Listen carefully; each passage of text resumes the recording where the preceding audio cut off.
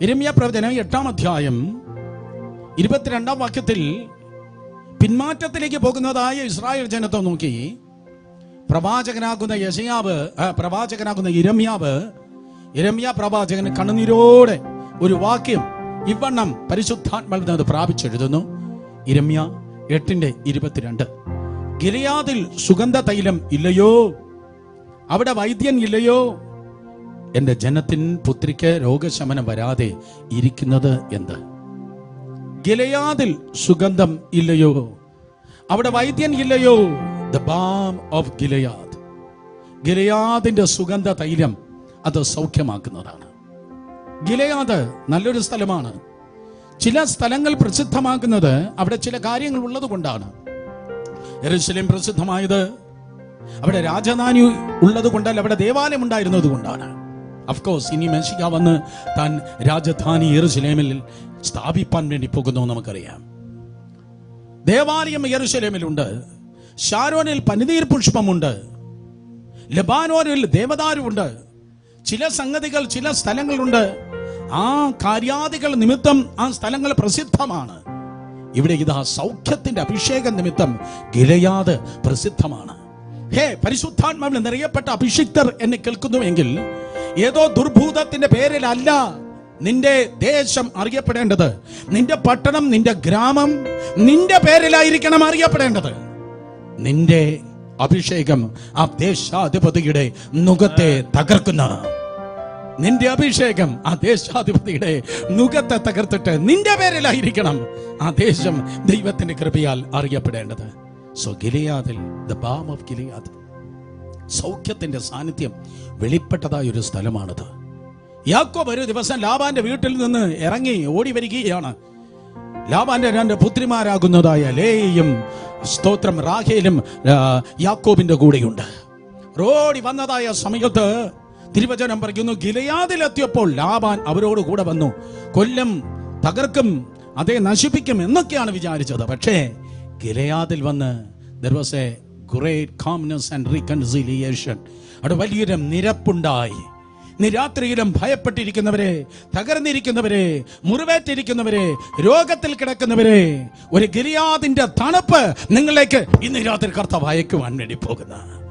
ഞാൻ പ്രസംഗിക്കുന്നത് കൊണ്ടല്ല, നിന്റെ കണ്ണുനീർ കണ്ട്, നിന്റെ ദുഃഖം കണ്ട് യേശു ആ റൂമിൽ ഓൾറെഡി വന്നിട്ടുള്ളത് കൊണ്ട് ഇന്ന് രാത്രി മുഴുവൻ മഹത്വവും കർത്താവിന് കൊടുത്ത് ദൈവത്തിന്റെ സന്നിധിയിൽ പ്രതീക്ഷയോടെ ഇരുന്നാട്ടെ. അവൻ സൗഖ്യം ആക്കുന്ന ദൈവം. നമ്മുടെ ദൈവം നിങ്ങൾക്ക് രോഗം തന്നിട്ട് കൈകൊട്ടിച്ചിരിക്കുന്നവനല്ല. എനിക്ക് നീ എണ്ണ തന്നില്ല, എനിക്ക് നീ മെഴുകുതിരി തന്നില്ല, എനിക്ക് നീ മടിയടിച്ചില്ല, അതുകൊണ്ട് ഞാൻ നിനക്ക് ഇന്നിന്ന സ്തോത്രം ബലഹീനതകളാൽ രോഗങ്ങളാൽ ബാധിക്കുമെന്ന് പറയുന്ന പ്രതികാര ബുദ്ധിയല്ല നമ്മുടെ കർത്താവ്. അവൻ നിന്നെ സ്നേഹിക്കുന്നു, അതുകൊണ്ട് അവൻ നിന്നെ സൗഖ്യമാക്കുന്ന. The name and the nature of God, ദൈവത്തിന്റെ സ്വഭാവം എന്താണോ അതാണ് ദൈവത്തിന്റെ പേര്. ദൈവത്തിന്റെ 12 പേരുകൾ നിങ്ങൾക്ക് കാണുവാൻ കഴിയും. എലോഹീം, അഡോനായ്, യഹോവ യിരേ, യഹോവ റോഹി, യഹോവ ഷാലോം, യഹോവ ഷമ, യഹോവ യിരേ, എത്രയെത്ര ദൈവത്തിന്റെ പേര്. ആ പ്രധാനപ്പെട്ട പേരുകളിലൊന്നാണ് പുറപ്പാട് 15:26 യഹോവ റാഫ, ഞാൻ നിന്നെ സൗഖ്യമാക്കുന്ന യഹോവ. ഇന്ന് രാത്രിയിലും യേശു നിങ്ങളെ സൗഖ്യമാക്കുന്നവനാണ്. സ്തോത്രം. കോഴിക്കോട് സിനിമാക്കാരൻ എന്ന് പറയുന്നു എന്നതല്ല എനിക്ക് വിഷയം. ആകാശവും ഭൂമിയും മാറിപ്പോയാലും മാറ്റമില്ലാത്ത ദൈവത്തിന്റെ വചനം എന്ത് പറയുന്നു അതാണ് എനിക്ക് വിഷയം. ഏതോ അന്തിക്രിസ്തുവിന്റെ കൊച്ചുമ്മമാർ സിനിമ എടുത്താൽ നമുക്കെന്നാ കാര്യ? എന്നാൽ സ്തോത്രം, ഇന്നും എന്റെ കർത്താവ് സൗഖ്യത്തിന്റെ പരിപാടിയും നിർത്തിയിട്ടില്ല. എത്രയോ നാടകങ്ങള്, എത്രയോ പരിഹാസങ്ങള്, എത്രയോ സിനിമകള് ഹോളിവുഡ് ഉൾപ്പെടെയുള്ള സ്ഥലത്ത് നിന്ന് ഉയർന്നു വന്നിട്ടും കർത്താവിനും ഒന്നും സംഭവിച്ചിട്ടില്ല. ദൈവത്തിന്റെ സഭയും നശിപ്പിക്കാൻ കഴിഞ്ഞിട്ടില്ല. ഇന്ന് രാത്രിയിലും ദൈവത്തിന്റെ സഭ മുന്നേറുന്നു. കാരണം ഇന്നും യേശു ജീവിക്കുന്നു, യേശു രക്ഷിക്കുന്നു, യേശു വിടുവിക്കുന്നു, യേശു സൗഖ്യമാക്കുന്നു. അവന്റെ പരിപാടി ഒരിക്കലും നിർത്തിക്കളവാൻ ആർക്കും കഴിയത്തില്ല. എബ്രായർ 13:8 എല്ലാവർക്കും അറിയാം. യേശു ക്രിസ്തു ഇന്നലെയും ഇന്നും എന്നേക്കും അനന്യൻ തന്നെ. കർത്താവ് സ്തോത്രം മാറ്റമില്ലാത്തവനാണ്. അവൻ അന്ന് സൗഖ്യമാക്കി, അവൻ ഇന്നും സൗഖ്യമാക്കുന്നു. വേദപുസ്തകം വായിക്കുമ്പോൾ പരിശുദ്ധാത്മാവിന്റെ 9 കൃപാവരങ്ങളെ നിങ്ങൾക്ക് 1 കൊരിന്ത്യർ ലേഖനം 12-ാം അധ്യായം 8 മുതൽ 11 വരെ വായിക്കുവാൻ തക്കണം കഴിയും. സ്തോത്രം. അതെ, അതിൽ ബഹുവചനത്തിൽ എഴുതിയിരിക്കുന്ന ഒരു വരമാണ് സൗഖ്യങ്ങളുടെ വരം. ഇംഗ്ലീഷിൽ വായിച്ചു വരുമ്പോൾ രോഗശാന്തിയുടെ വരം എന്ന് മലയാളത്തിൽ എഴുതിയിരിക്കുന്നെങ്കിൽ ഇംഗ്ലീഷിൽ എഴുതിയിരിക്കുന്നത് ഗിഫ്റ്റ്സ് ഓഫ് ഹീലിംഗ്, സൗഖ്യങ്ങളുടെ വരം. സൗഖ്യങ്ങളുടെ വരം അർത്ഥം ദൈവം ഒരു കാര്യം മാത്രമല്ല സൗഖ്യമാക്കുന്നത്, ദൈവം പലതിനെ സൗഖ്യമാക്കുന്നു. പലതിനെ ദൈവം സൗഖ്യമാക്കുന്നു. അതിന്റെ അർത്ഥം എന്താണ്? പലതിനെ ദൈവം സൗഖ്യമാക്കുന്നു എന്ന് പറഞ്ഞാൽ മനുഷ്യനൊരു ആത്മാവുണ്ട്, മനുഷ്യനൊരു പ്രാണനുണ്ട്, മനുഷ്യനൊരു ശരീരത്തെയുണ്ട്. അതെ, ദൈവം നിന്റെ ആത്മാവിനെ സൗഖ്യമാക്കുന്നു, ദൈവം നിന്റെ പ്രാണനെ സൗഖ്യമാക്കുന്നു, കർത്താവ് നിന്റെ ശരീരത്തെയും സൗഖ്യമാക്കുന്നു. ഇനി ഈ സൗഖ്യത്തിന്റെ പരിപാടി തന്നെ നോക്ക്. ഒരാളിനെ സൗഖ്യമാക്കിയതുപോലെയല്ല കർത്താവ് വേറൊരാളെ സൗഖ്യമാക്കിയത്. ഉദാഹരണമായി കുരുടന്മാരുടെ കണ്ണിന് തുറന്നത്, ചിലരെ നോക്കി കർത്താവ് പറഞ്ഞ അവരുടെ കണ്ണിന് തുറന്നു, വേറെ ചിലർ തൊട്ട് കണ്ണിന് തുറന്നു, വേറെ ചിലരുടെ കണ്ണിൽ തുപ്പി സ്തോത്രം അവരുടെ കണ്ണിന് തുറന്നു. മറ്റൊരു കുരുടനെ നിലത്തു തുപ്പി തുപ്പൽ കൊണ്ട് ചേറുണ്ടാക്കി അവന്റെ കണ്ണിൽ പൂശി ശിരോഹാം എന്ന കുളത്തിൽ പോയി കഴുകുക എന്ന് പറഞ്ഞ് സ്തോത്രം അവനെ സൗഖ്യമാക്കി. ഒരേ കർത്താവ് വ്യത്യസ്തമായ അനുഭവങ്ങളിലാണ് സ്തോത്രം ജനത്തെ സൗഖ്യമാക്കുന്നത്. അതുകൊണ്ട് അത് ഗിഫ്റ്റ്സ് ഓഫ് ഹീലിംഗ്, സൗഖ്യങ്ങളുടെ വരം. മാത്രമല്ല സ്തോത്രം ചില സ്ഥലങ്ങളിൽ യേശു കടന്നു പോയപ്പോൾ ചിലരെ സൗഖ്യമാക്കി, പക്ഷെ വേറെ ചിലയിടത്ത് പോയപ്പോൾ എല്ലാവരെയും സൗഖ്യമാക്കി. ഒരു സ്ഥലത്ത് വന്നപ്പോൾ ഒരുവനെ മാത്രം സൗഖ്യമാക്കി. ഉദാഹരണമായി ബെഥസ്ദാ കുളക്കരയിൽ കിടന്ന് ഒരുവനെ മാത്രം സൗഖ്യമാക്കി. എന്നാൽ സ്തോത്രം മറ്റു ചില സ്ഥലങ്ങളിൽ പോകുമ്പോൾ പലരെയും സൗഖ്യമാക്കുന്നു. കർത്താവിന്റെ സൗഖ്യത്തിന്റെ പദ്ധതി അത് പല വിധത്തിൽ വ്യാപരിക്കുന്നത് കൊണ്ട്, പല മണ്ഡലങ്ങളിൽ വെളിപ്പെടുന്നത് കൊണ്ട്, എണ്ണത്തിൽ അത് പലതായിരിക്കുന്നത് കൊണ്ട്, മെത്തേഡിൽ രീതിയിൽ അത് പലതായിരിക്കുന്നത് കൊണ്ട് അത് സൗഖ്യത്തിന്റെ വരമെന്ന് പറയാൻ കഴിയത്തില്ല. അത് സൗഖ്യങ്ങളുടെ വരം.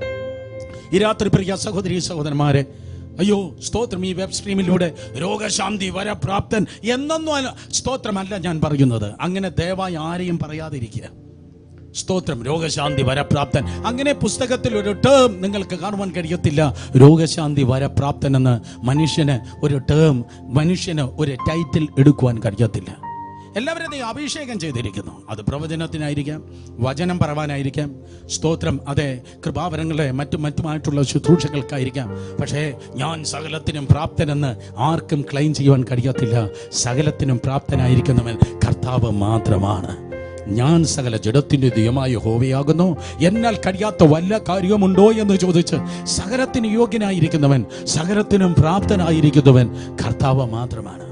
സമയം ഉണ്ടായിരുന്നെങ്കിൽ ഞങ്ങൾ ആ കോറസ് കൂടെ പാടിയനെ, ഈ യോഗ്യനേ യേശുവേ, എല്ലാറ്റിനും യോഗ്യൻ, എല്ലാം ചെയ്യുവാൻ കാര്യപ്രാപ്തിയുള്ളവൻ, സകലതും ചെയ്യുവാൻ സ്തോത്രം അതെ കഴിവുള്ളവൻ യേശു മാത്രമാണ്. അതുകൊണ്ട് നമ്മുടെ മുഴുവൻ പ്രതീക്ഷയും ദൈവദാസന്മാരിൽ നിന്ന് അല്ല, പകരം 100% പ്രതീക്ഷയും ദൈവത്തിൽ നിന്ന് തന്നെ ആയിരിക്കട്ടെ. അവൻ നിങ്ങളെ സൗഖ്യമാക്കുവാൻ ആഗ്രഹിക്കുന്നു. നിങ്ങളുടെ ഭവനത്തിൽ ഏതെങ്കിലും ക്രമത്തിലുള്ളതായ ഒരു ബലഹീനതയുണ്ടെങ്കിൽ, ഏതെങ്കിലും ഒരു കുഞ്ഞ് രോഗത്തിൽ ആയിരിക്കുന്നുവെങ്കിൽ ഈ രാത്രി സൗഖ്യത്തിന്റെ ദിവസമാക്കി കർത്താവ് തീർക്കുമാറാകട്ടെ. ദേശങ്ങളെ ദൈവം സൗഖ്യമാക്കുന്നു എന്ന് തിരുവചനം പറയുന്നു. സ്തോത്രം അതെ, ഇന്നാളുകൾ ഏറ്റവും കൂടുതൽ ദൈവത്തിന്റെ ജനം കേൾക്കുന്നതായ ഒരു വാക്യമാണ്. ദൈവത്തിന്റെ നാമം വിളിക്കപ്പെട്ടിരിക്കുന്ന ദൈവത്തിന്റെ ജനം തങ്ങളെ തന്നെ താഴ്ത്തി തങ്ങളുടെ ദുർമാർഗങ്ങൾ വിട്ടുതിരിഞ്ഞ് കർത്താവിന്റെ തിരുമുഖം അന്വേഷിക്കുമ്പോൾ അവൻ ദേശത്തെ സൗഖ്യമാക്കുന്നു.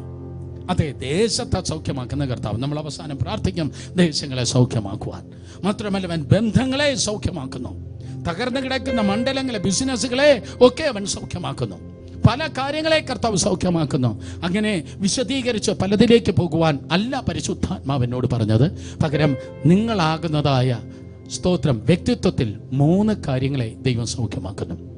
ആത്മാവിനെ, പ്രാണനെ, ശരീരത്തെ. ആത്മാവിനെ, പ്രാണനെ, ശരീരത്തെ ദൈവം സൗഖ്യമാക്കുന്നു. 1 തെസ്സലോനിക്കർക്കെഴുതിയ ലേഖനം 5-ാം അധ്യായം 23-ാം വാക്യത്തിൽ നമുക്കൊരു പ്രാണനുണ്ട്, നമുക്കൊരു ആത്മാവുണ്ട്, 2 നമുക്കൊരു പ്രാണനുണ്ട്, നമുക്കൊരു ശരീരവുമുണ്ട്. ഒരു ഹോസ്പിറ്റലിലേക്ക് കടന്നു പോയാൽ ഒരു ഡോക്ടർ സ്തോത്രം അതെ കൈപിടിച്ചു നോക്കി, സ്റ്റെതസ്കോപ്പ് ഒക്കെ വെച്ച് നോക്കി, പുറത്തു നിന്നാണ് അവരുടെ ചികിത്സാ രീതി ആരംഭിക്കുന്നത്. ഒരു ഹോസ്പിറ്റൽ, ഈ ലോകത്തിലെ വൈദ്യനും ഡോക്ടർ പുറത്തു നിന്ന് അവിടെ ചികിത്സാ രീതി ആരംഭിക്കുന്നു എങ്കിൽ നിന്നെ സൃഷ്ടിച്ച ദൈവത്തിന്റെ അടുക്കലേക്ക് കടന്നു പോകുമ്പോൾ പുറത്തു നിന്നല്ല തന്റെ രീതി ആരംഭിക്കുന്നത്, അകത്തു നിന്നാണ്. തന്റെ അടുക്കലേക്ക് ആരാണോ കടന്നു വന്നത്, ഉദാഹരണമായി പക്ഷപാതക്കാരനെ തന്റെ അടുക്കൽ സൗഖ്യത്തിന് വേണ്ടി കൊണ്ടുവന്നപ്പോൾ നിന്റെ പാപങ്ങളെ മോചിച്ചു തന്നിരിക്കുന്നു എന്ന് പറഞ്ഞ് യേശു ആത്മസൗഖ്യം പറഞ്ഞിട്ടാണ് ശാരീരികമായി അവനെ സൗഖ്യമാക്കുവാൻ തുനിഞ്ഞത്. അതെ, കർത്താവിന്റെ പ്രത്യേകത അതാണ്. ആത്മസൗഖ്യം ഒന്നാമത്, രണ്ടാമത് ശാരീരിക സൗഖ്യം. ഒന്ന്, നീ രക്ഷിക്കപ്പെട്ട ദൈവത്തിന്റെ പൈതലായി തീരണം. അത് തന്നെയാണ് ദൈവം ആഗ്രഹിക്കുന്ന ഒന്നാമത്തെ കാര്യം.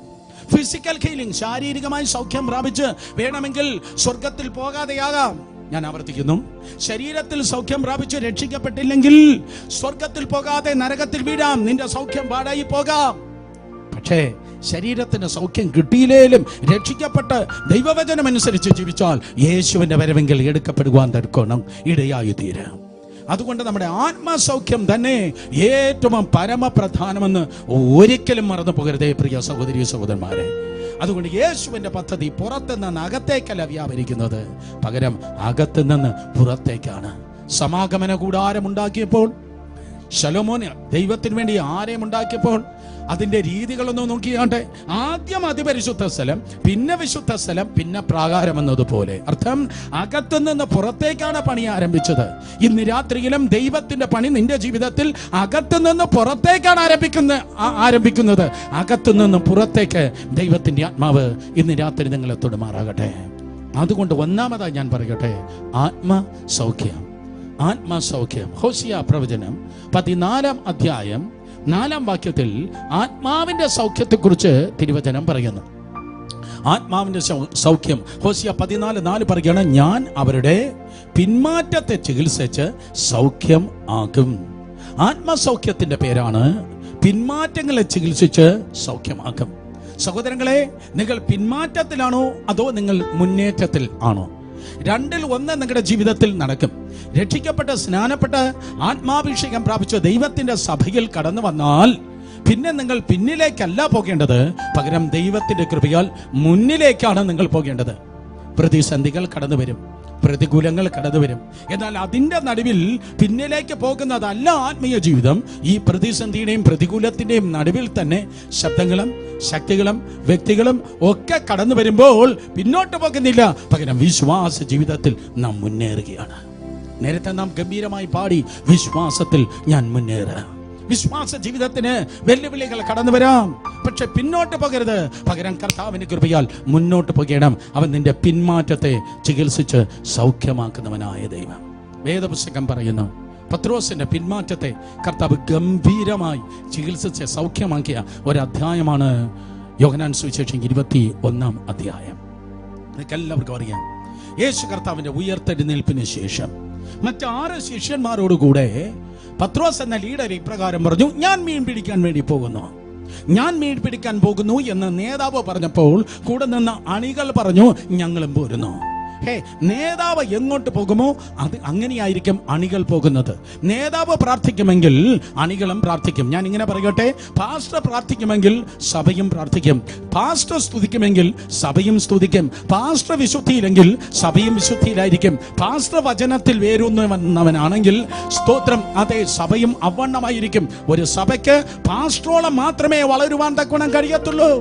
133-ാം സങ്കീർത്തനം 1-2 വാക്യങ്ങൾ പറയുന്നു, തലയിൽ നിന്ന് താടിയിലേക്ക്, താടിയിൽ നിന്ന് വസ്ത്രത്തിന്റെ വിളിമ്പിലേക്കാണ് ദൈവത്തിന്റെ അഭിഷേകം ഒഴുകുന്നത്. അതുകൊണ്ട് തലയിൽ എണ്ണ കുറയാതിരിക്കട്ടെ.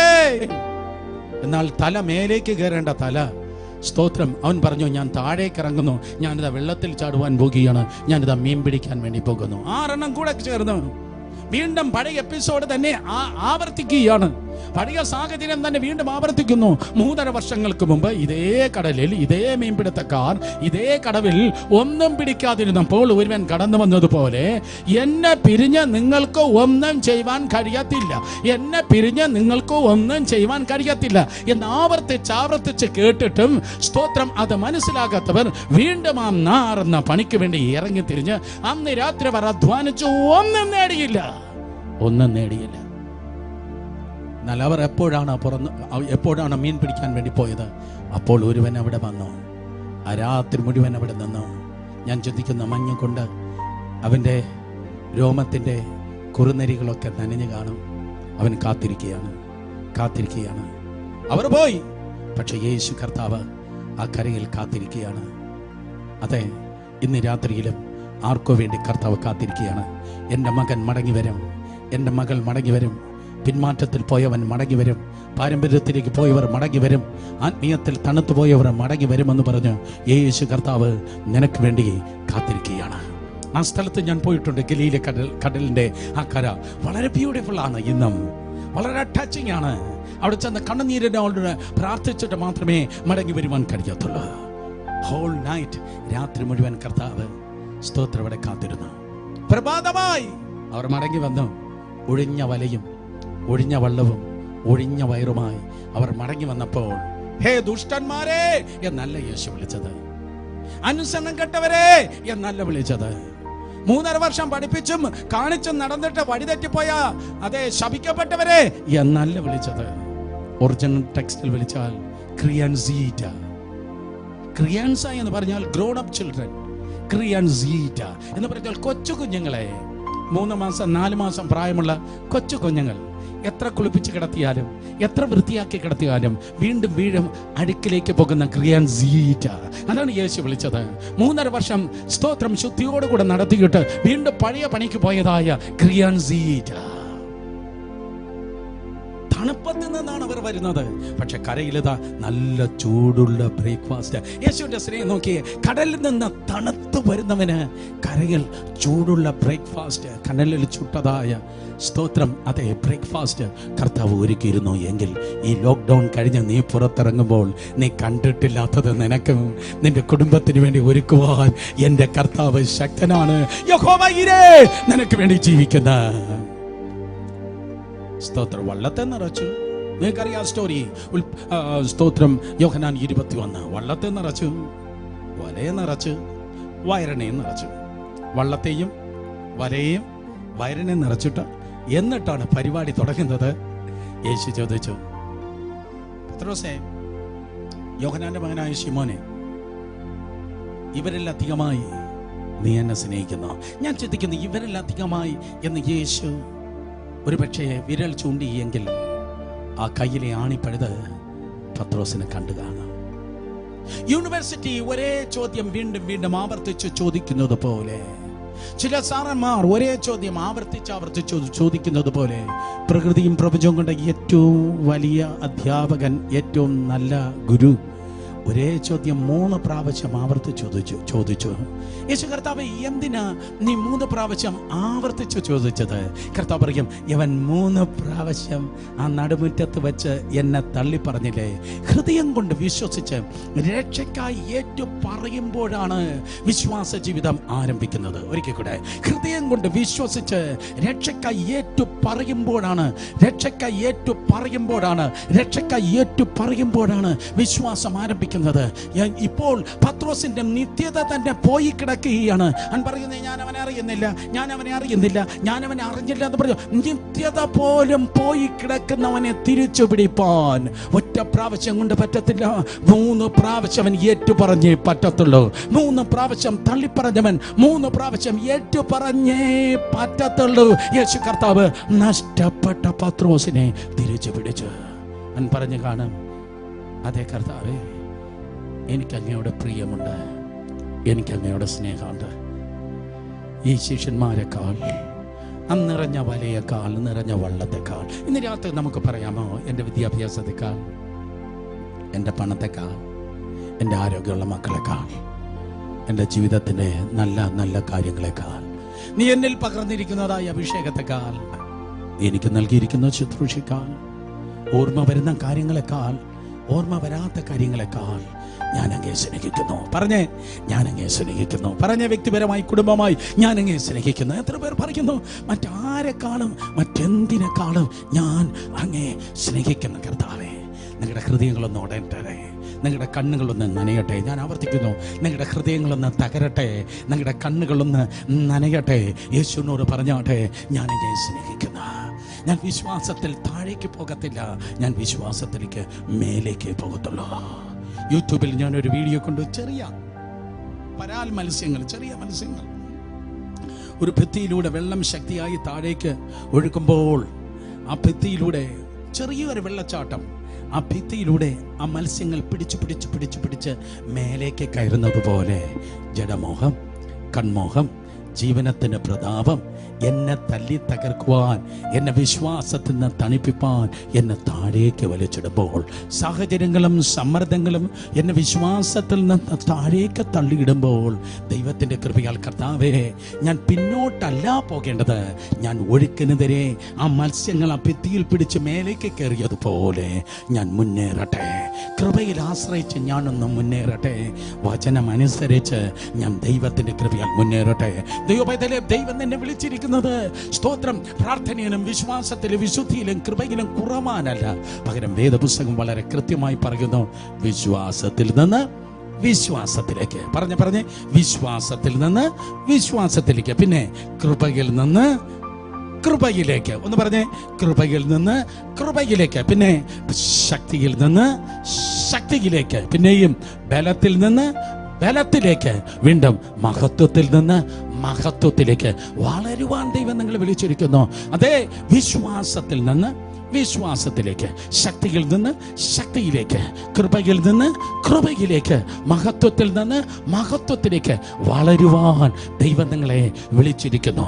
ആരൊക്കെയോ വീഴുമായിരിക്കും, ആരൊക്കെയോ തകരുമായിരിക്കും, ആരൊക്കെയോ ലോകത്തിന് പിന്നാലെ പോകുമായിരിക്കും.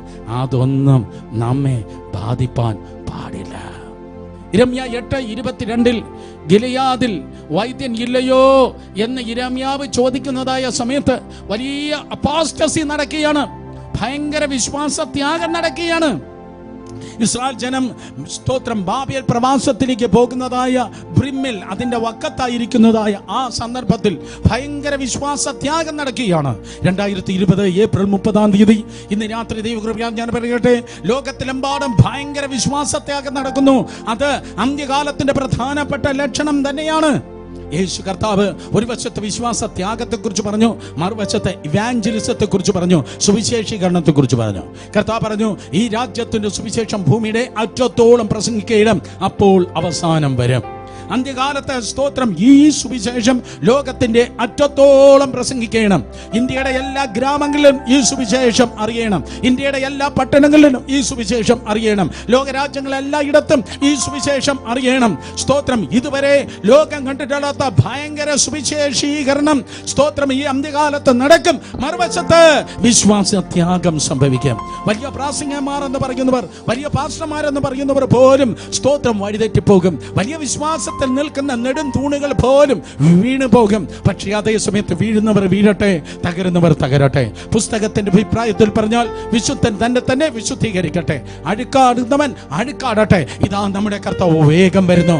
അതുകൊണ്ട് പിന്മാറ്റത്തിന്റെ ജനമല്ല, പകരം മുന്നേറ്റത്തിന്റെ ജനമായി, പിന്മാറ്റത്തിന്റെ ജനമല്ല മുന്നേറ്റത്തിന്റെ ജനമായി നിൽക്കുവാൻ തക്കണം. കർത്താവേ, ഞങ്ങളുടെ പിന്മാറ്റങ്ങളെ ചികിത്സിച്ച് അവിടുന്ന് സൗഖ്യമാക്കണമേ. ഞങ്ങളുടെ പിന്മാറ്റങ്ങളെ ചികിത്സിച്ച് അവിടുന്ന് സൗഖ്യമാക്കണമേ. ഒന്ന്, അവൻ നിങ്ങളുടെ ആത്മാവിനെ സൗഖ്യമാക്കുന്നു. നമ്പർ 2, രണ്ടാമത് സംഭവിക്കുന്നത് 147 സങ്കീർത്തനം 3 വാക്യത്തിൽ 2 മണ്ഡലത്തെ കർത്താവ് സൗഖ്യമാക്കുന്നു. സങ്കീർത്തനം 147:3 വായിക്കുമ്പോൾ, മനം തകർന്നവരെ അവൻ സൗഖ്യമാക്കുകയും അവിടെ മുറിവുകളെ കെട്ടുകയും ചെയ്യുന്നു. രണ്ടാമത്തെ സൗഖ്യം, നിന്റെ പ്രാണനെ അവൻ സൗഖ്യമാക്കുന്നു, മനസ്സിനെ സൗഖ്യമാക്കുന്നു. മനം തകർന്നവരെ അവൻ സൗഖ്യമാക്കുകയും അവിടെ മുറിവുകളെ കെട്ടുകയും ചെയ്യുന്നു. സുനാമി കയറി വന്നതായ കടൽ തീരങ്ങളെ സ്തോത്രം നിങ്ങൾക്ക് ഇന്റർനെറ്റിൽ കാണുവാൻ കഴിയും. കൊടുങ്കാറ്റ് വീശിയതായ പട്ടണങ്ങളെയും ഗ്രാമങ്ങളെയും നിങ്ങൾക്ക് കാണുവാൻ തക്കോണം കഴിയും. സ്തോത്രം സുനാമിക്ക് മുൻപ് പോലെയല്ല ആ കടൽ തീരങ്ങൾ. സുനാമിക്ക് ശേഷം, കൊടുങ്കാറ്റിന് ശേഷം ആ പട്ടണങ്ങളും ഗ്രാമങ്ങളും മുൻപിലത്തെ പോലെയല്ല. അതിന്റെ ഷേപ്പ് മുഴുവൻ നഷ്ടപ്പെട്ട് അത് ചിതറിയതും തകർന്നതും സ്തോത്രം ഒക്കെയായി തകർക്കപ്പെട്ട് കിടക്കുന്നത് പോലെ ജീവിതത്തിന് നേരെ ആഘാതങ്ങൾ കടന്നു വരുമ്പോൾ, ജീവിതത്തിന് നേരെ പല പ്രശ്നങ്ങൾ കടന്നു വരുമ്പോൾ, അയ്യോ, അവിടെ മനസ്സ് ചിതറപ്പെടും. ഒരു ഒരു ഒരു സ്തോത്രം കെട്ടിടം തകർത്തിടുന്നത് പോലെ കണ്ടില്ലേ? മരയുടെ 3 ഫ്ലാറ്റിനെ മാസങ്ങൾക്ക് മുമ്പ് തകർത്തിട്ടപ്പോൾ അവസാനം കോൺക്രീറ്റ് ജംഗിളായി അത് വന്നു മൂടിയതുപോലെ പ്രതീക്ഷിക്കാത്ത സമയത്ത് ബിസിനസ്സുകൾ തകരുമ്പോൾ, പ്രതീക്ഷിക്കാത്ത സമയത്ത് ജീവിതത്തിന് നേരെ ആഘാതങ്ങൾ കടന്നു വരുമ്പോൾ മനസ്സുകൾ തകർന്നു പോകും. ചിലപ്പോൾ സ്തോത്രം പ്രജ്ഞ നഷ്ടപ്പെട്ട ഭ്രാന്ത് വരാം, ആത്മഹത്യ ചെയ്യാം, സ്തോത്രം അതേ ബോധം നഷ്ടപ്പെടാം. പക്ഷേ ജീവിതത്തിൽ ആഘാതങ്ങളും വിഘാതങ്ങളും കടന്നു വന്നപ്പോൾ സ്തോത്രം ഇതുവരെ നീ തകർന്നു പോകാതെ നിൽക്കുന്നതെങ്കിൽ മനസ്സിലാക്കണം, നീ നിന്നതല്ല, ഒരു കർത്താവ് നിന്നെ കൈപിടിച്ച് നിർത്തിയതാണ്. നീ നിന്നതല്ല, ദൈവം നിന്നെ നിർത്തി. നീ വന്നതല്ല, ദൈവം നിന്നെ സ്തോത്രം കൊണ്ടുവന്നു. നീ ആയതല്ല, ദൈവം നിന്നെ ആക്കി തീർത്തു. അവൻ നിന്റെ മനസ്സിനെ സൗഖ്യമാക്കാൻ ആഗ്രഹിക്കുന്നു. ഇന്ന് രാത്രിയിലും സ്തോത്രം ആരോ പറയുന്നു, 2004 ഒരിക്കലല്ലേ സ്തോത്രം ഇന്ത്യയിൽ സുനാമി അടിച്ചല്ലോ. എനിക്ക് പല സുനാമികൾ വന്നിട്ടുണ്ട്. ഓഖി എന്ന് പറയുന്ന ഒരു കാറ്റല്ലേ ചില നാളുകൾക്ക് മുമ്പ് വന്നുള്ളൂ. എൻ്റെ നേരെ പല കൊടുങ്കാറ്റുകൾ അപ്പോൾ ഇടയ്ക്കിടയ്ക്ക് അടിച്ചുകൊണ്ട് ഇരിക്കുന്നു. എന്നാൽ കൊടുങ്കാറ്റിൽ കൂടെ ഇരിക്കുന്ന ദൈവം, പെരുങ്കാറ്റിൽ കൂടെ ഇരിക്കുന്ന ദൈവം കൈവിടാത്തവനായി നിന്നോട് കൂടെയുണ്ട്. സഹോദരങ്ങളെ, ഒരുപക്ഷെ നിങ്ങളുടെ 2 ചെവിയുടെ ഇടയിലുള്ളതായ മലയാളം ബുദ്ധി പറയും, നിന്റെ തലച്ചോറ് പറയും ഇതെല്ലാം തിന്മയ്ക്കാണ്. ആ വ്യക്തികൾ നിനക്കെതിരെ പ്രവർത്തിച്ചത്, ഈ പ്രതിസന്ധികൾ നിനക്കെതിരെ വന്നത്, ഇതെല്ലാം നിന്നെ നശിപ്പിക്കാനാണ്. സ്തോത്രം, ഇതെല്ലാം തിന്മയ്ക്കായിട്ടാണ് വന്നത്. പക്ഷെ ഇന്ന് രാത്രി തേജസ്സിന്റെ സുവിശേഷം ഞാൻ പറയട്ടെ, മനുഷ്യനും സാത്താനും നിനക്കെതിരെ തിന്മയ്ക്കായി കാട്ടിക്കൂട്ടുന്നത് നന്മയ്ക്കായി തീർക്കുന്നവനാണ് ദൈവം. ഒരിക്കൽ കൂടെ പറയട്ടെ, മനുഷ്യനും പിശാചും നിനക്കെതിരെ തിന്മയ്ക്കായി കാട്ടിക്കൂട്ടുന്നത് നന്മയ്ക്കാക്കി തീർക്കുന്നവനാണ് ദൈവം. ലോകം കണ്ട ഏറ്റവും നല്ല ചിത്രകാരൻ ആരെന്നറിയോ? മൈക്കലാഞ്ചലോ അല്ല, ലിയാനോ ഡാവിഞ്ചി അല്ല, താജ്മഹൽ പണിതതായ മറ്റേ പുള്ളിയല്ല. ലോകം കണ്ട ഏറ്റവും നല്ല ശില്പി നിന്റെ കൈക്ക് പിടിച്ചിരിക്കുന്ന സർവശക്തനായ കർത്താവാണ്. നിന്റെ ജീവിതത്തിന്റെ ക്യാൻവാസിൽ ഒരു ചിത്രം എഴുതാൻ ദൈവം കാത്തിരുന്നു. നിന്റെ ജീവിതമാകുന്ന ക്യാൻവാസിൽ നല്ലൊരു ചിത്രം എഴുതണം. അപ്പോഴതാ ബന്ധുക്കള്, സ്വന്തക്കാര്, അകന്നു നിന്നവര്, അടുത്ത് നിൽക്കുന്നവര്, പലതരത്തിലുള്ള ചേറുകളും ചായങ്ങളും നിന്നെ ചീത്തയാക്കാൻ അപവാദമായി, പ്രശ്നങ്ങളായി, പ്രതികൂലങ്ങളായി നിനക്ക് നേരെ വലിച്ചെറിഞ്ഞു. അവർ തിന്മയ്ക്കായി വലിച്ചെറിഞ്ഞത് ആണിപ്പഴുത്തുള്ള കരം കൂടിയവനായ കർത്താവ് നിന്റെ ജീവിതത്തിന്റെ ക്യാൻവാസിൽ ചാലിക്കുമ്പോൾ ഇത് ബ്യൂട്ടിഫുൾ പിക്ചർ, മനോഹരമായ ഒരു ചിത്രമായി ദൈവത്തിന്റെ കൃപയാൽ പുറത്തു വരുവാൻ വേണ്ടി പോകുന്നു. അതാണ് ഈ പുസ്തകത്തിൽ ഞാൻ കണ്ടത്. ആർക്കൊക്കെയാണോ, കുടുംബങ്ങളാകട്ടെ, സുഹൃത്തുക്കളാകട്ടെ, മറ്റു പ്രിയപ്പെട്ടവരാകട്ടെ, തിന്മയ്ക്കായി ആരൊക്കെ സ്തോത്രം എന്തൊക്കെ ചെയ്തോ അത് മുഴുവൻ നന്മയ്ക്കാക്കി തീർത്തു. അതാണ് ഗിലിയാദിന്റെ കുഴമ്പ്, ഗിലിയാദിന്റെ സുഗന്ധം, സ്തോത്രം അതേ സുഗന്ധദ്രവ്യം നിന്നെ നോക്കി സംസാരിക്കുന്നത്. ഗിലിയാദിന്റെ സ്തോത്രം സുഗന്ധം എന്ന് പറയുന്നത്, അല്ലെങ്കിൽ ഗിലിയാദൻ കുഴമ്പെന്ന് പറയുന്നത് അതൊരു മരമാണ്. റബ്ബർ ഒരു മരമാണല്ലോ. എൻ്റെ തോലിനെ വെട്ടുമ്പോഴാണ് അതിൽ നിന്ന് റബ്ബറിന്റെ പാല് പുറത്തു വരുന്നത്.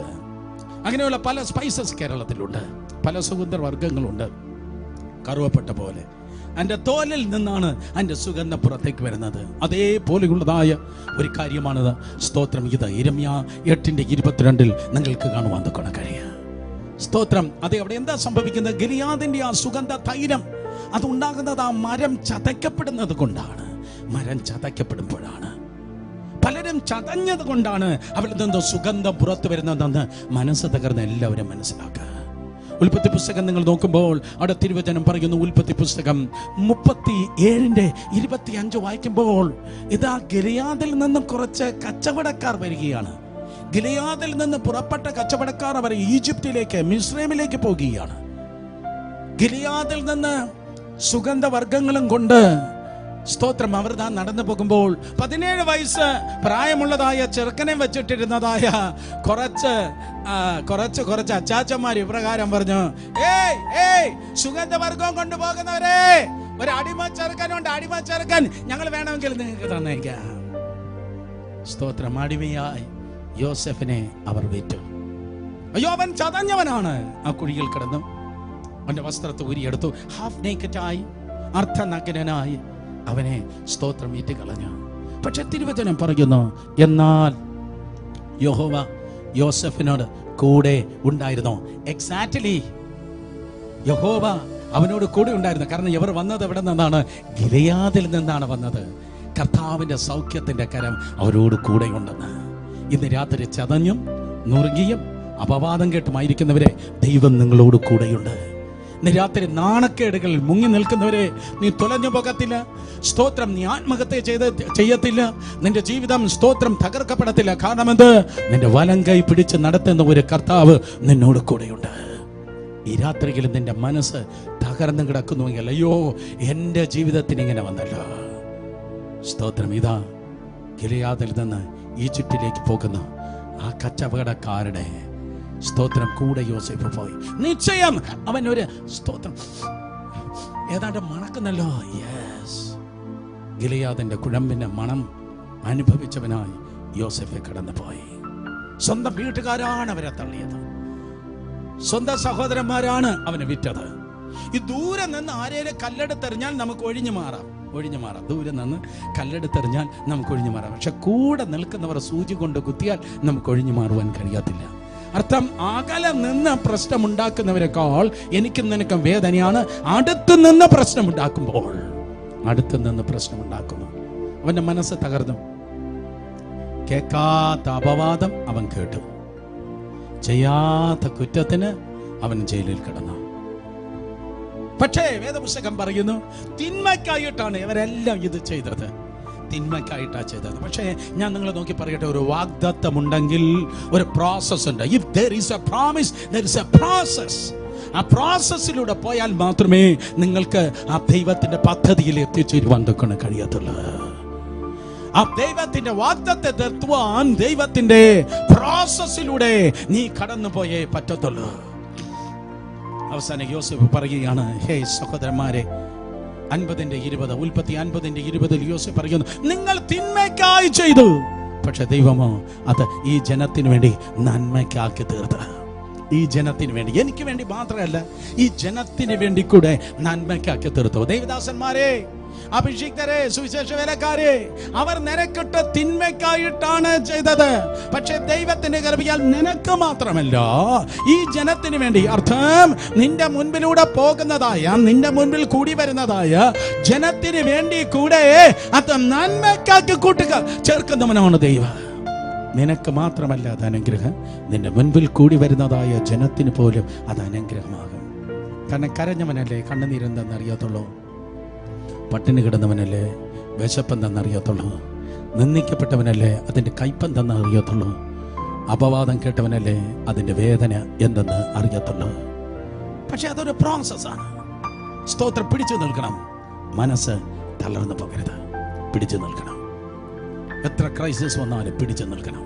അങ്ങനെ ആരാണോ ദൈവത്തിന്റെ സന്നിധിയിൽ പിടിച്ചു നിന്നത്, അവനാണ് ഏറ്റവും കൂടുതൽ മാനിക്കപ്പെട്ടത്. ഞാൻ ഒരു മീനിന്റെ കഥ പറയട്ടെ. ഒരു മീനിന്റെ കഥ. സ്തോത്രം, ലോകത്തിൽ ഏറ്റവും കൂടുതൽ ഡിമാൻഡുള്ള, ഫേമസ് ആയിട്ടുള്ള സ്തോത്രം മീനുണ്ട്. ഏറ്റവും ഡിമാൻഡുള്ള ഫേമസ് ആയിട്ടുള്ള മീന് നെത്തോലിയല്ല, മത്തിയല്ല, സ്തോത്രം എന്തുവാ, നെമ്മീനല്ല. ഏറ്റവും കൂടുതൽ ഡിമാൻഡ് ഉള്ളതായ, ഏറ്റവും കൂടുതൽ ഫേമസ് ആയിട്ടുള്ള മീന് സാൽമൺ. എന്താ സാൽമൺ ഫിഷിന്റെ പ്രത്യേകത? സാൽമൺ മത്സ്യത്തെ കുറിച്ച് നിങ്ങൾ നോക്കുമ്പോൾ, സ്തോത്രം, പ്രധാനമായി രണ്ട് റീജനിലാണ് സാൽമൺ വളരുന്നത്. ഒന്ന് ശാന്തസമുദ്രത്തിലും മറ്റൊന്ന് അറ്റ്ലാന്റിക് സമുദ്രത്തിലും.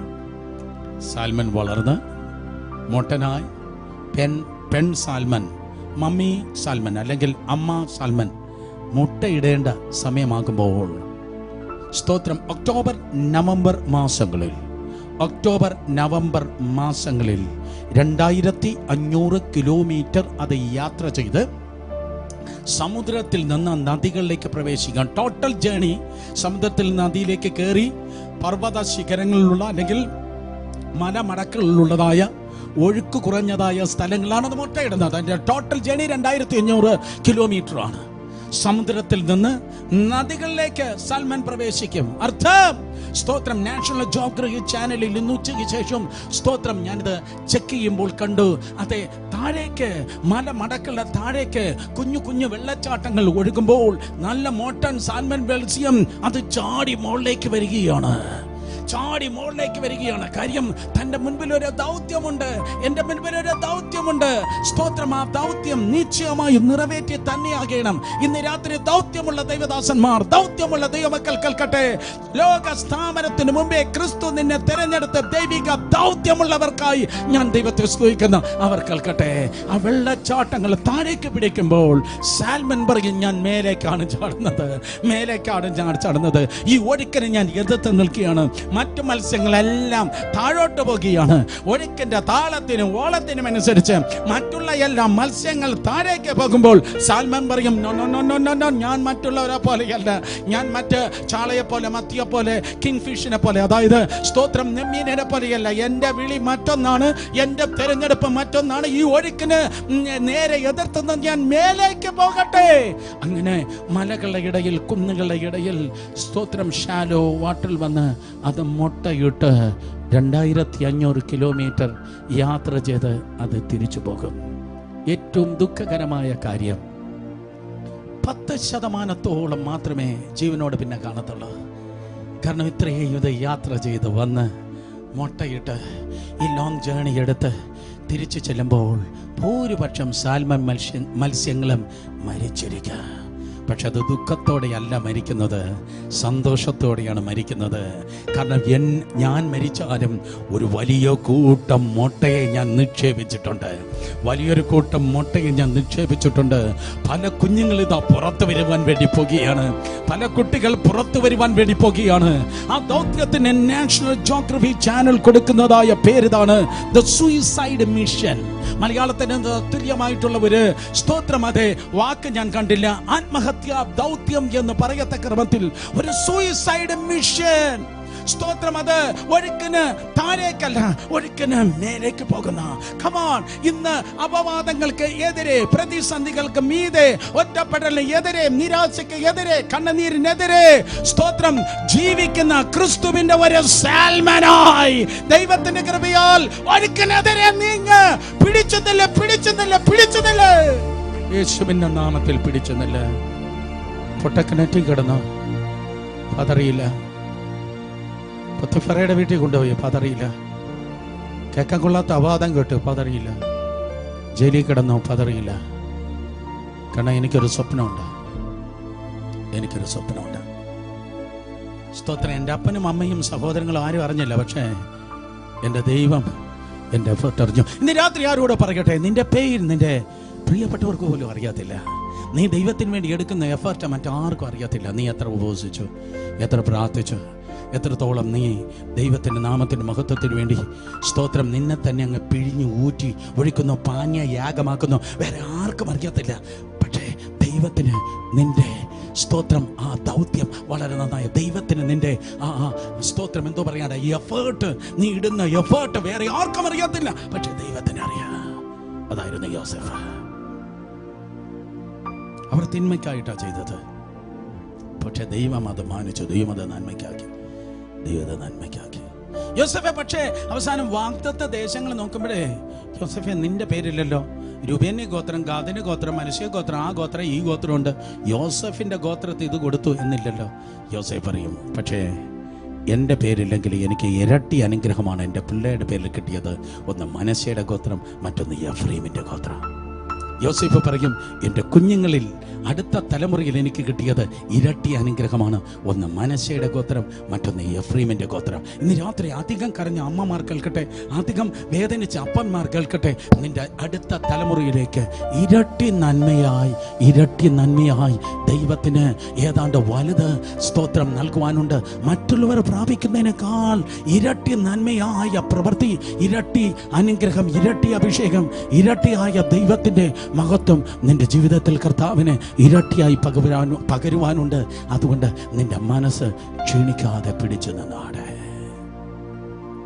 ഒരു പട്ടണത്തിൽ നിന്ന് വേറൊരു പട്ടണത്തിലേക്ക് അമേരിക്കയിൽ ഒരാള് വിമാനം പറത്തുകയായിരുന്നു. അവിടെ ധാരാളം സ്തോത്രം പ്രൈവറ്റ് പ്ലെയിൻസ് ഉണ്ടല്ലോ, അല്ലെങ്കിൽ സ്തോത്രം പ്രൈവറ്റ് ആയിട്ടുള്ള വിമാനങ്ങളുണ്ടല്ലോ. ഒരു ടൗണിൽ നിന്ന് അടുത്ത ടൗണിലേക്ക് അത് പറത്തുമ്പോൾ പെട്ടെന്ന് കോക്പിറ്റിൽ ഒരു എലി കരളുന്നതായ ശബ്ദം കേട്ടു. കോക്പിറ്റിൽ എലി കരളുന്ന ശബ്ദം. ഈ മനുഷ്യൻ നല്ലൊരു ദൈവവിശ്വാസിയാണ്. അദ്ദേഹം ചിന്തിച്ച്, കർത്താവേ തീർന്നു, ഏരിയ കരളുകയാണ്, ഷോർട്ട് സർക്യൂട്ട് ഉണ്ടാകും, വിമാനം തീപിടിക്കും, ഞാനിപ്പോൾ നിലത്തേക്ക് പോകും.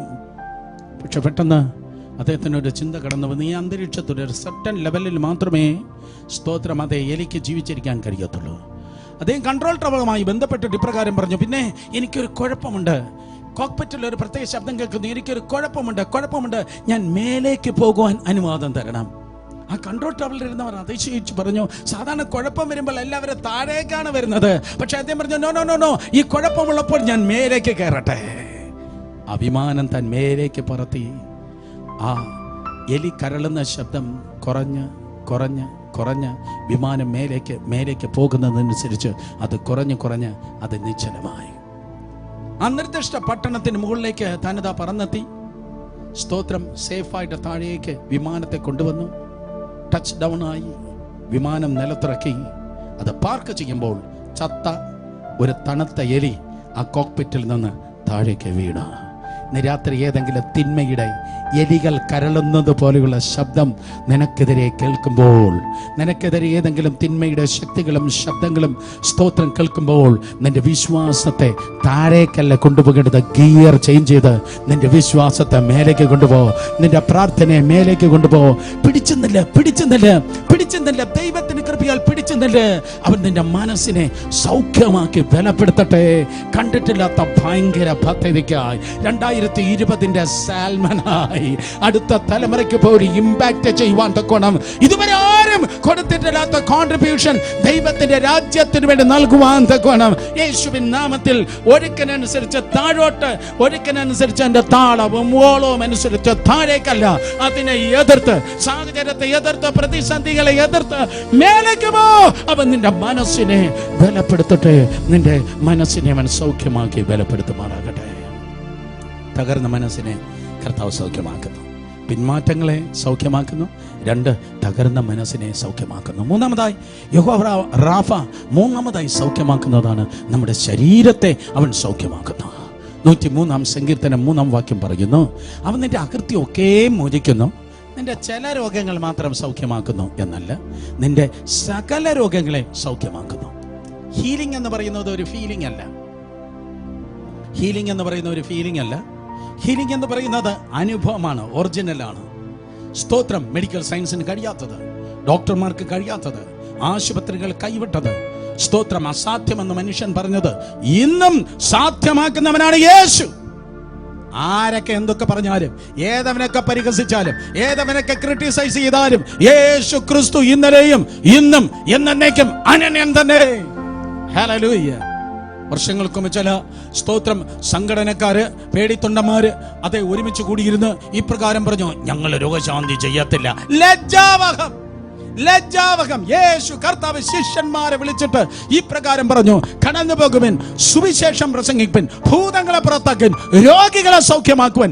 അന്ന് കർത്താവായ യേശു ക്രിസ്തു ശിഷ്യന്മാരോട് രോഗികളെ സൗഖ്യമാക്കുവാൻ അന്ന് പറഞ്ഞവനായ യേശു തന്റെ പരിപാടി നിർത്തിക്കളഞ്ഞില്ല. അവൻ ഇന്നലെയും ഇന്നും എന്നേക്കും അനന്യനാണ്. ഇന്നും അവൻ നിന്റെ ശരീരത്തെ സൗഖ്യമാക്കുന്ന. 4 സുവിശേഷം നിങ്ങൾ വായിക്കുമ്പോൾ യേശു എവിടെ നിന്നെങ്കിലും വന്നെങ്കിൽ അവൻ സൗഖ്യമാക്കിയിട്ട് വന്നു. എവിടെയെങ്കിലും യേശു തുടർന്നു എങ്കിൽ അവൻ സൗഖ്യമാക്കിക്കൊണ്ട് തുടർന്നു. എങ്ങോട്ടെങ്കിലും യേശു പോയി എങ്കിൽ അവൻ സൗഖ്യമാക്കാനായി പോയി. ഞാൻ ആവർത്തിക്കട്ടെ, എവിടെ നിന്നെങ്കിലും യേശു വന്നു എങ്കിൽ സൗഖ്യമാക്കിയിട്ട് വന്നു. എവിടെയെങ്കിലും കർത്താവ് കണ്ടിന്യൂ ചെയ്തു എങ്കിൽ, എവിടെയെങ്കിലും തുടർന്നു എങ്കിൽ അവൻ സൗഖ്യമാക്കിക്കൊണ്ടിരുന്നു. എങ്ങോട്ടെങ്കിലും യേശു പോയി എങ്കിൽ അവൻ സൗഖ്യമാക്കാൻ പോയി. കഴിഞ്ഞ നാളുകൾ ഞങ്ങൾ കണ്ടു ആയിരങ്ങളെ കർത്താവ് സൗഖ്യമാക്കുന്നത്. സ്തോത്രം, അവൻ സൗഖ്യമാക്കിക്കൊണ്ടിരുന്നു. ഇന്ന് രാത്രിയിലെ യേശുവിന്റെ നാമത്തിൽ ഈ വ്യാഴാഴ്ച, ഈ ഏപ്രിൽ 30-ാം തീയതി അവൻ സൗഖ്യമാക്കിക്കൊണ്ടിരിക്കുന്നു. നാളെയും മെയ് 1 തുടങ്ങി അടുത്ത മാസങ്ങളിൽ, അടുത്ത വർഷങ്ങളിൽ കർത്താവ് സൗഖ്യമാക്കുവാൻ വേണ്ടി പോകുന്നു. യേശു ക്രിസ്തു ഇന്നലെയും ഇന്നും എന്നേക്കും അവൻ സൗഖ്യമാക്കുന്നവനാണ്. അവൻ രോഗം തരുന്നവനല്ല, അവൻ നിന്നെ സൗഖ്യമാക്കുന്നവനാണ് യേശുവിന്റെ നാമത്തിൽ. അതേ പ്രിയ സഹോദരി സഹോദരന്മാരെ, നിങ്ങളുടെ ശരീരത്തിനൊരു രോഗമുണ്ടെങ്കിൽ ആ രോഗം എന്നേക്കുമായി വിട്ടുമാറുവാൻ വേണ്ടി തന്നെയാണ് യേശു കർത്താവ് അവൻ സൗഖ്യമാക്കുവാനായി ഒരു ശരീരത്തിൽ ഈ ലോകത്തിലേക്ക് വന്നത്. സ്വർഗത്തിൽ അടുത്തുകൂടാത്ത പ്രകാശത്തിൽ ദൂതന്മാരുടെ മധ്യത്തിൽ ഇരുന്നപ്പോൾ അവന് സ്തോത്രം ഒരു ഭൗതിക ശരീരം ഉണ്ടായിരുന്നതേ ഇല്ല. എന്നാൽ 1 തീമോഥെയോസ് 3:16 പറയുന്നു, God manifest in flesh. ദൈവം ജഡത്തിൽ വെളിപ്പെട്ടു.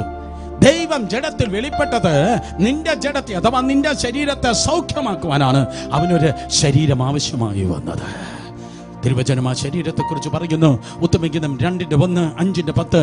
ശാരോണിന്റെ പരിധി പുഷ്പത്തെ പോലെ, താഴ്വരയിലെ താമരപ്പൂവിനെ പോലെ മനോഹരമായ ശരീരമാണ് യേശുവിന്റെ ശരീരം. ജോസിഫസ് യേശു കർത്താവിനെ കുറിച്ച് എഴുതിയിട്ടുണ്ട്. സ്തോത്രം. ചരിത്രം രേഖപ്പെടുത്തിയിട്ടുണ്ട്. യേശു ഭയങ്കര സൗന്ദര്യത്തിന്റെ ഇരിപ്പിടമായിരുന്നു എന്ന്. ഇന്നലകളിൽ ജീവിച്ചിരുന്ന സ്ത്രീ പുരുഷന്മാരെക്കാൾ, ഇന്ന് ജീവിച്ചിരിക്കുന്ന സ്ത്രീ പുരുഷന്മാരെക്കാൾ, നാളെ കാലമുണ്ടെങ്കിൽ ജനിപ്പാൻ പോകുന്ന ഏതവരെക്കാളും, ഹോളിവുഡിനേക്കാളും ബോളിവുഡിനേക്കാളും ഏറ്റവും ഭയങ്കര സൗന്ദര്യം, ഭയങ്കര സൗന്ദര്യം, ഭയങ്കര സൗന്ദര്യമാണ് കർത്താവ് യേശുവിന്റെ സൗന്ദര്യം. ഒരു സിനിമക്കാരന് അതുപോലെ സൗന്ദര്യവാനാകാൻ കഴിയത്തില്ല. ഒരു സ്ത്രീക്കും ഒരു പുരുഷനും നോവേ അതുപോലെ സൗന്ദര്യമാക്കുവാൻ കഴിയത്തില്ല. He was just like a rose of Sharon and the lily of the valley, fairest among 10,000. 10,000-ങ്ങളിൽ അതിസുന്ദരൻ. 10,000-ങ്ങളിൽ അതിസുന്ദരൻ. സ്തോത്രം. അതെ, സൗന്ദര്യത്തിന്റെ ഇരിപ്പിടമായിരുന്ന യേശു.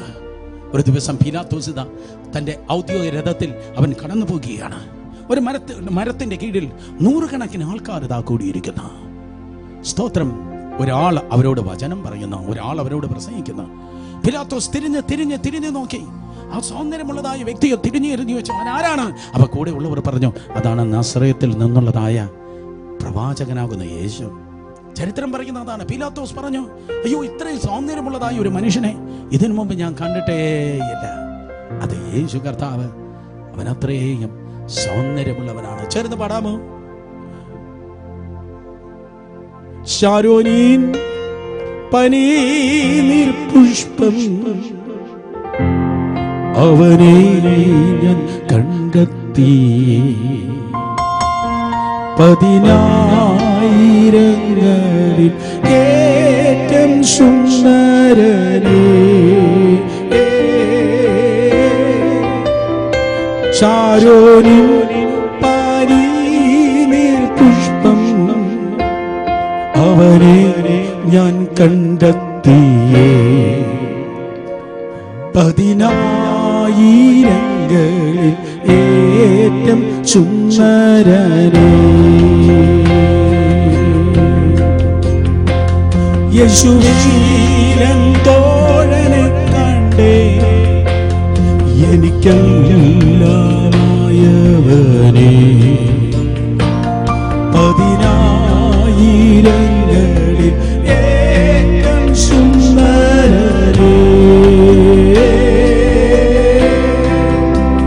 ശാരോനിൻ പനീർ പുഷ്പം അവനെ ഞാൻ കണ്ടെത്തിയേ. 10,000-ങ്ങളിൽ ഏറ്റവും സുന്ദരനേ.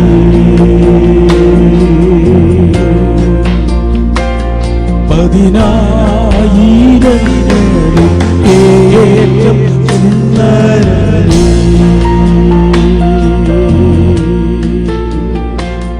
തുമ്പം ദുഃഖങ്ങളാതി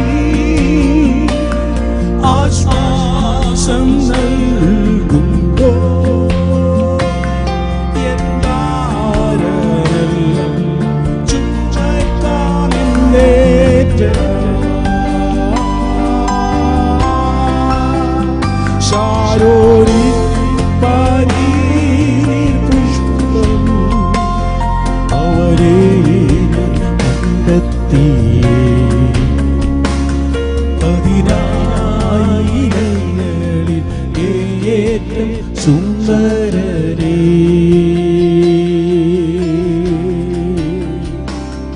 10,000-ങ്ങളിൽ ഏറ്റവും സുന്ദരനേ. 2000 വർഷങ്ങൾക്ക് മുമ്പ് യേശു കർത്താവ് വചനം പറഞ്ഞു നടന്നപ്പോൾ, രോഗികളെ സൗഖ്യമാക്കിയപ്പോൾ, ഭൂതങ്ങളെ പുറത്താക്കിയപ്പോൾ, സ്തോത്രം, അതേ യേശുവിന്റെ സൗന്ദര്യം നഷ്ടപ്പെട്ടില്ല.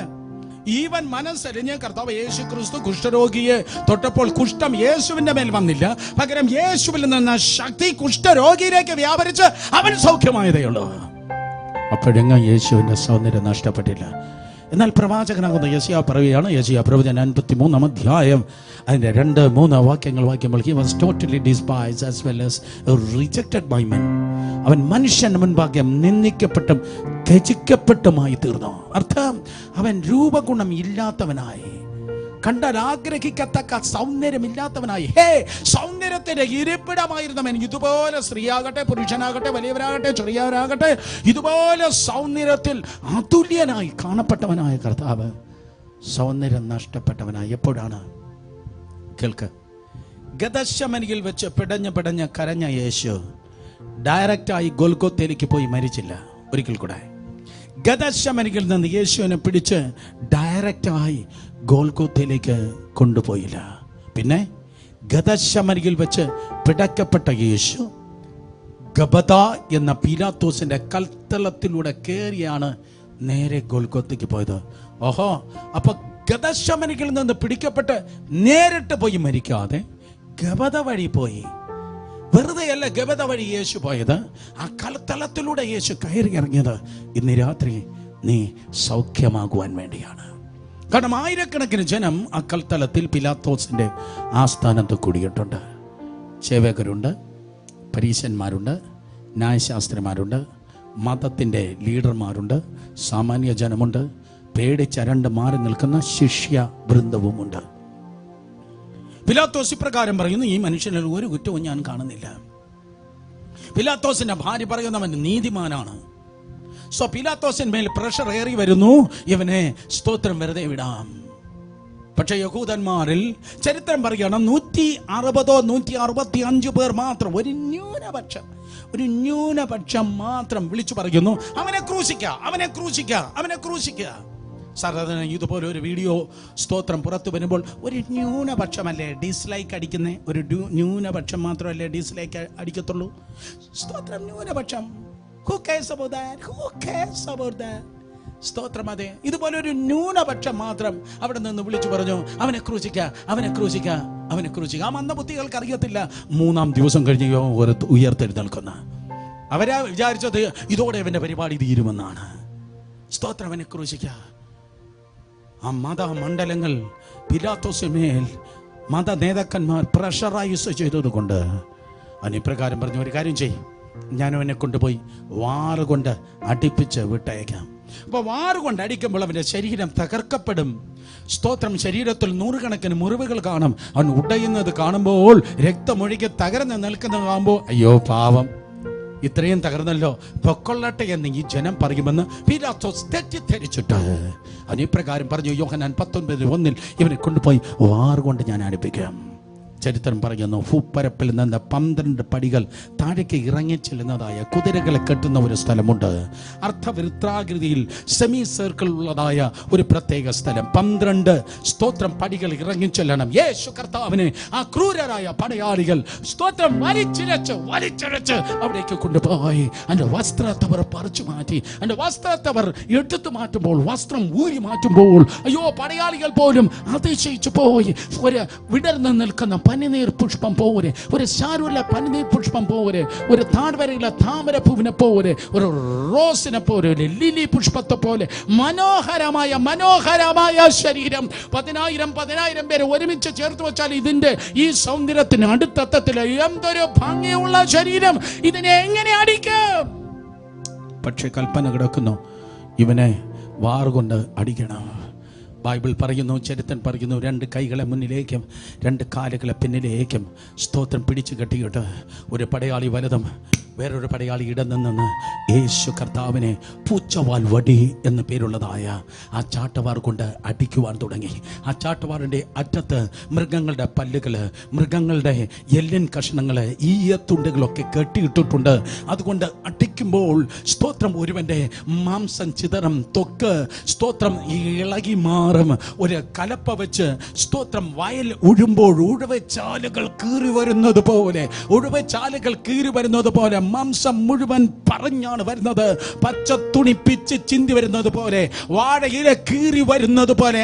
ആർക്കോ വേണ്ടിയല്ല, കത്തോലിക്കനോ ഓർത്തഡോക്സിനോ പെന്തിക്കോസിനോ വേണ്ടിയല്ല, നിനക്ക് വേണ്ടി. ഇന്ന് രാത്രി നീ വിടിവിക്കപ്പെടുവാൻ, ഇന്ന് രാത്രി നീ സൗഖ്യമാകുവാൻ 2000 വർഷങ്ങൾക്ക് മുമ്പ് പിലാത്തോസിന്റെ അരമനയിൽ 40 പ്രാവശ്യം 39 പ്രാവശ്യം യേശു കർത്താവിന്റെ ശരീരം ഉഴവച്ചാലുകൾ പോലെ കീറപ്പെട്ടു. 39 പ്രാവശ്യം. പഴയ നിയമത്തിൽ 39 പുസ്തകങ്ങളാണുള്ളത്. ആ 39 പുസ്തകങ്ങൾ എഴുതിയിരിക്കുന്ന ഒരൊറ്റ രോഗം പോലും നിന്റെ മേലും നിന്റെ സന്തതിയുടെ മേലും സ്തോത്രം വേരുറയ്ക്കാതിരിക്കേണ്ടതിന് വേണ്ടി ഇന്ന് രാത്രി യേശു ക്രിസ്തുവിന്റെ അധികാരമുള്ള നാമത്തിൽ ആ രോഗങ്ങൾ മുഴുവൻ മാറിപ്പോയി. ഈ വചനം കേട്ടുകൊണ്ടിരിക്കുമ്പോൾ തന്നെ അവന്റെ ആടി പിണരാലുള്ള അത്ഭുത സൗഖ്യം നിന്നിലേക്ക് നിന്റെ കുടുംബാംഗങ്ങളുടെ മേലും ഇന്ന് രാത്രി കടന്നു വരേണ്ടതിന് വേണ്ടി സ്തോത്രം ഉഴവച്ചാലുകളാൽ കീറപ്പെട്ടു. സാധാരണ മറ്റൊരുവനെ അടിച്ചു തകർക്കുമ്പോൾ അവൻ വലിയ വായിൽ നിലവിളിക്കുക.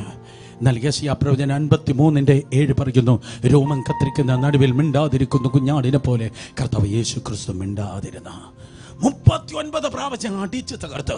മെൽ ഗിബ്സന്റെ പാഷൻ ഓഫ് ക്രൈസ്റ്റ് എന്ന സ്തോത്രം ഫിലിമിൽ നിങ്ങൾ കണ്ടത്, അതെ സ്തോത്രം 8 കുപ്പി മനുഷ്യരക്തം ഷൂട്ട് ചെയ്യാൻ വേണ്ടി ഉപയോഗിച്ചു എന്നാണ്.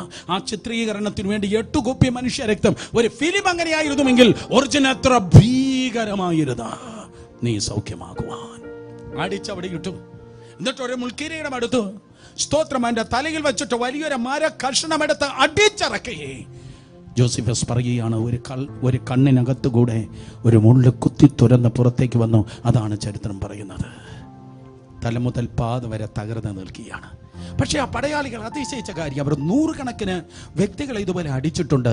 ഈ അടി കൊണ്ടുകൊണ്ടിരിക്കുമ്പോൾ പൂച്ചവാൽ വടി എന്ന് പേരുള്ളതായ ആ ചാട്ടവാർ കൊണ്ട് അടിക്കുമ്പോൾ ഒന്നുകിൽ അവൻ മരിക്കും, ഇല്ലെങ്കിൽ ബോധം നഷ്ടപ്പെടും. ഒന്നുകിൽ മരിക്കും, ഇല്ലെങ്കിൽ ബോധം നഷ്ടപ്പെടും. ഒന്നുകിൽ മരിക്കും, ഇല്ലെങ്കിൽ ബോധം നഷ്ടപ്പെടും. ഇവൻ മരിച്ചതുമില്ല, ബോധം നഷ്ടപ്പെട്ട് നിലംപരിചായതുമില്ല. ആഹാ ആഹാ.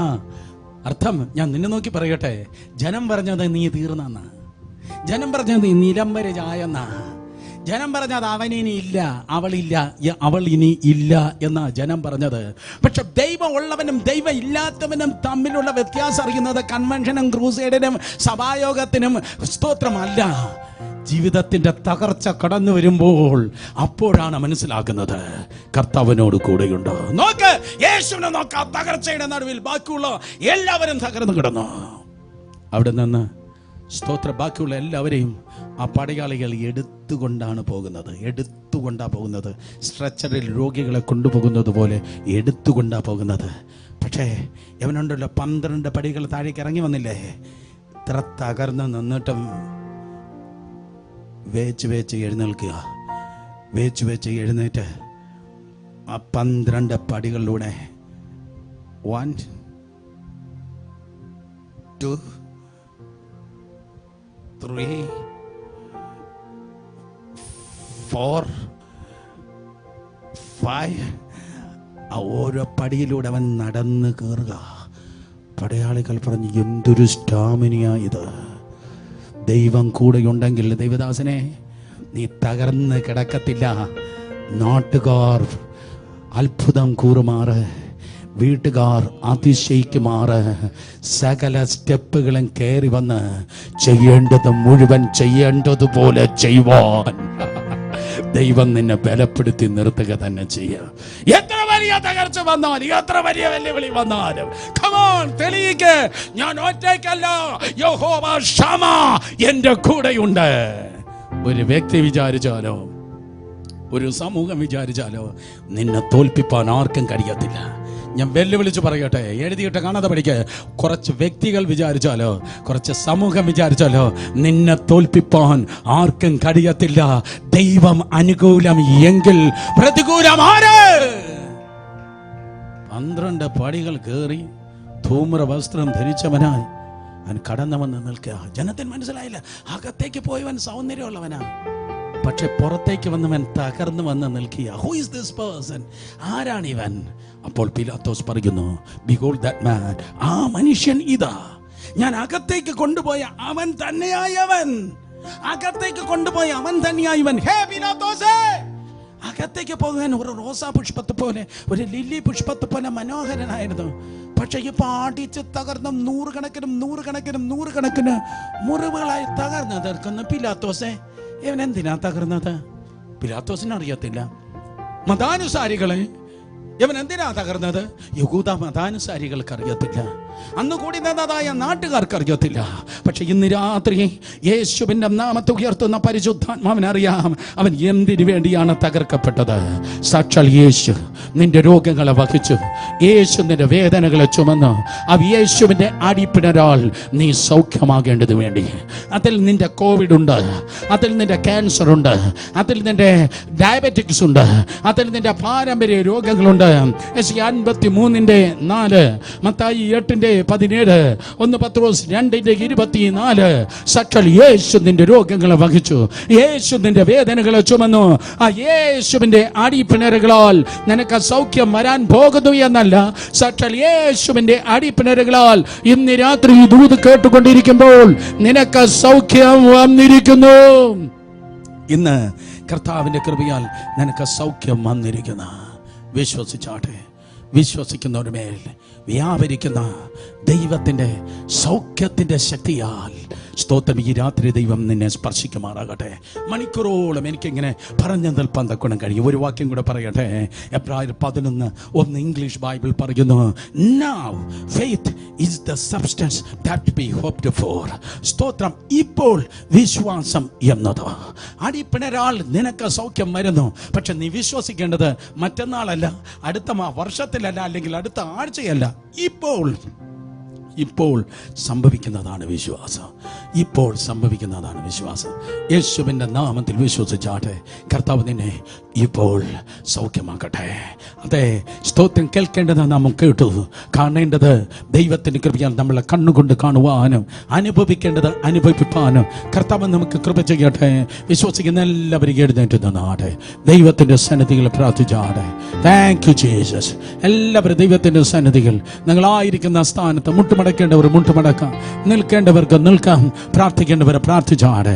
യേശുവിൻ്റെ നാമത്തിൽ നിന്റെ പിന്മാറ്റത്തെ ചികിത്സിച്ച് സൗഖ്യമാക്കുന്ന കർത്താവ്, നിന്റെ തകർന്ന മനസ്സിനെ സ്തോത്രം ചികിത്സിച്ച് സൗഖ്യമാക്കുന്ന യേശു, നിന്റെ വേദനയുള്ള ശരീരത്തെ, രോഗമുള്ള ശരീരത്തെ സൗഖ്യമാക്കുന്നവനായ യേശു, യഹോവ റാഫ ആകുന്ന കർത്താവ് അത്ഭുതകരമായി നിന്നെ സൗഖ്യമാക്കുമാറാകട്ടെ. യേശുവിൻ്റെ